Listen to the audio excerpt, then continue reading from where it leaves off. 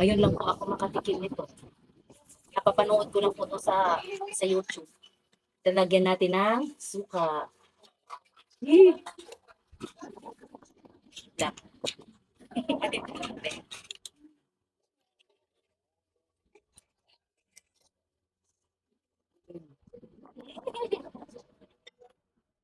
Sarap! Wala na siya. Ang sarap! Ang sarap may kanin. Ang sarap! Mm.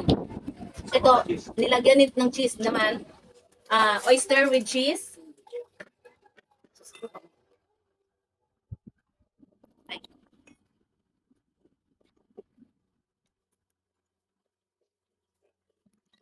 Wala na. Ang may cheese, bagay siya sa kakainin lang para siya cake. Oo.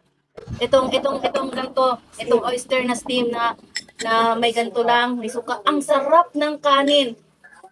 Ang sarap. Uy, salamat po. Yun lang po yun. Oo, tama na tayo.